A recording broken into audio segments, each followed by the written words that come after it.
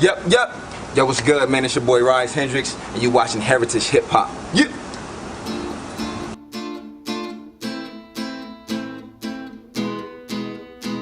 Alright, everyone out here, it's a pleasure and an honor to come back to you. Heritage Hip Hop Season 3, Episode number 1.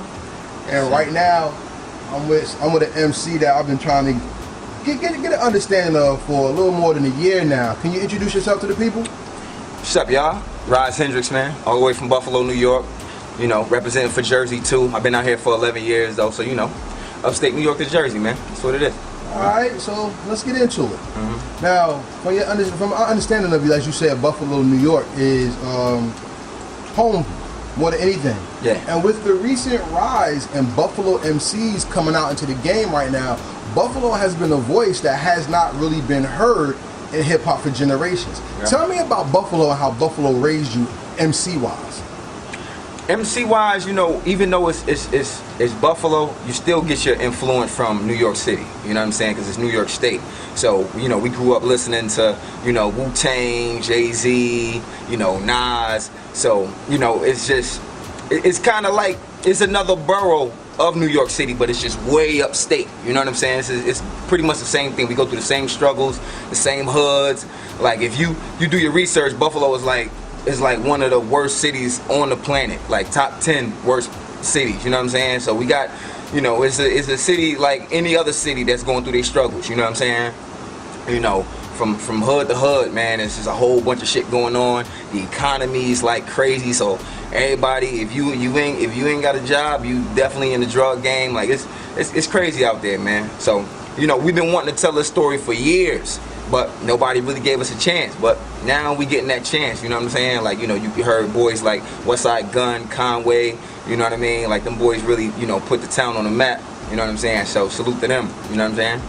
Yeah, my understanding of Buffalo has always been Niagara Falls and snow. You know what I'm saying? Also, like Syracuse, when it's snow up there, it's like crazy. Yeah. But in me going there and being there, you can see I seen trucks with like no seats in them, and they got dogs sleeping in trucks and 40s right next to the baby bottles in the stores. Listen, like, the slums. Buffalo is the slums, man. Like, even when I first moved out here, everybody was like, Buffalo, ain't it country up there? I'm like, no, man. Like, I don't know where y'all get that from. People think it's just farms and shit.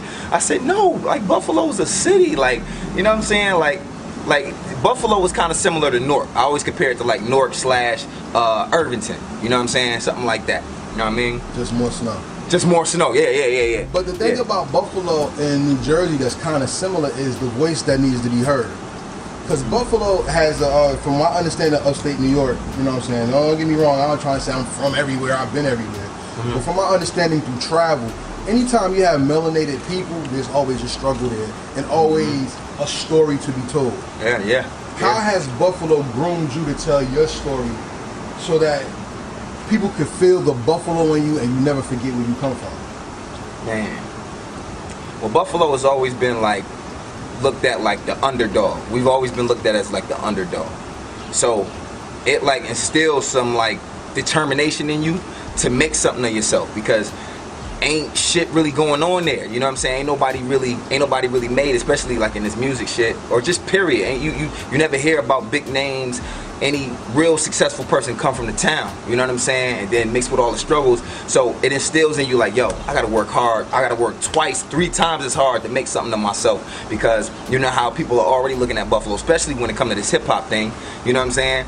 We never really had a voice, so you know, just the struggles and determination to really tell our story, you know, that's been in me. So like, you know, that's why when you see my stage performance, like, it's me, but I'm extra loud with it, and I'm extra crazy with it, because I'm like, yo, y'all gonna see, you know, what this Buffalo energy about, you know what I'm saying? Yeah. So I respect that, because like I said, that's the heart of hip hop. So when did hip hop first touch you, and when did you realize you were hip hop? Man, I would say hip hop first touched me, I would say Wu-Tang Clan. You know what I'm saying? When I first heard the Wu, that's when I was like, yo, this shit is crazy. It's like, you know what I'm saying? Like they made such an impact on me that I didn't really listen to nobody else at first. It was just all Wu-Tang, and my homies used to be like, yo man, you need to expand, you need to listen to other people other than Wu-Tang Clan, you know what I'm saying? Then I started expanding out to like the Nas's and Pacs and stuff like that. But I would say Wu-Tang Clan is the first hip-hop group that really touched me and introduced me to the culture, you know what I'm saying? And then when I seen that I was hip-hop, I would have to say in college. Yeah.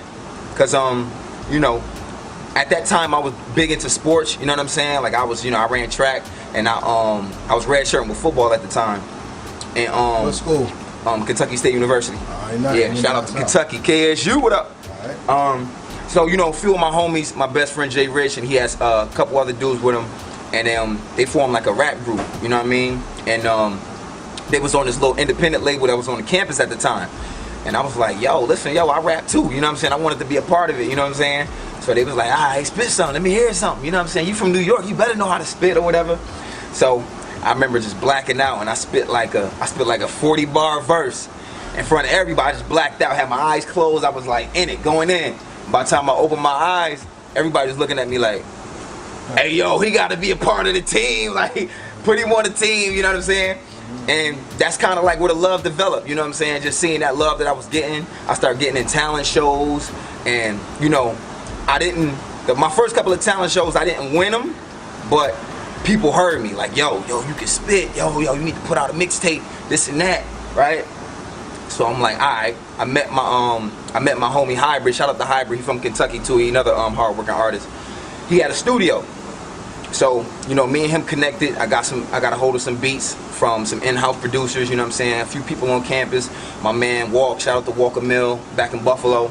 You know, I got some beats from him, and I put out my first mixtape.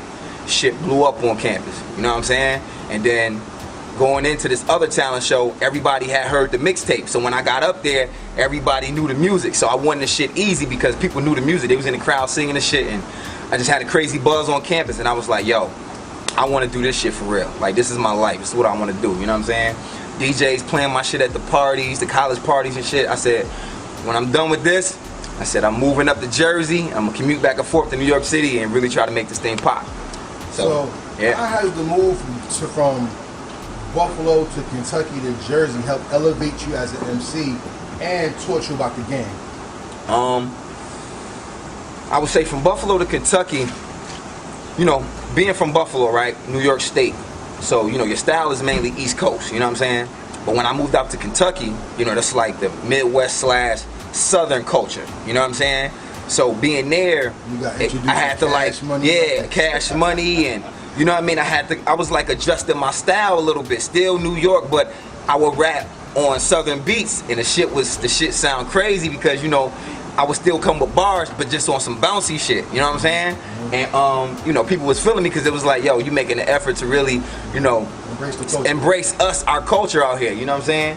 So I would say I added that, and then from there to here, you know, once I started performing more, I would start writing in a style that would be fun to perform. So it's like, it wasn't just all bars. I started making like catchy tunes. I started writing catchy tunes that if I was to perform this, I could have fun performing it. And anybody that was in the crowd watching, they could have fun and sing along too, you know what I'm saying? Yeah. So, I mean, that's a story I hear from a lot of MCs that go to the South.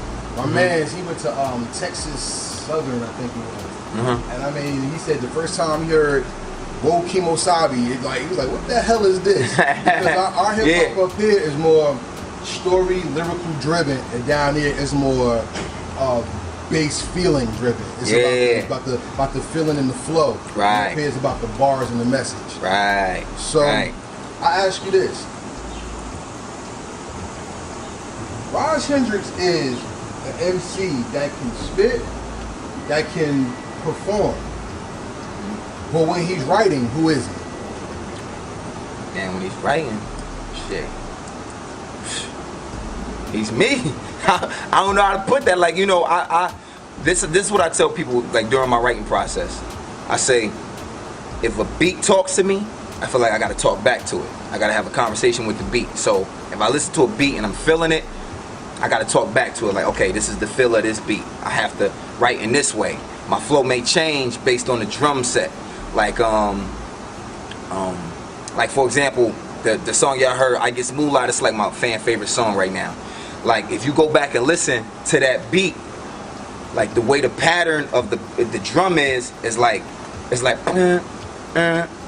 for 4 bars, and then after the 4 bars, the next 4 bars is dun, dun, dun, dun, dun, like that. The drum is like that.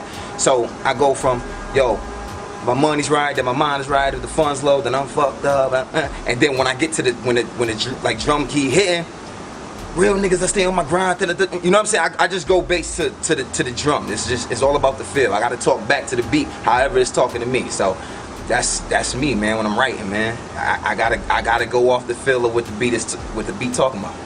You know.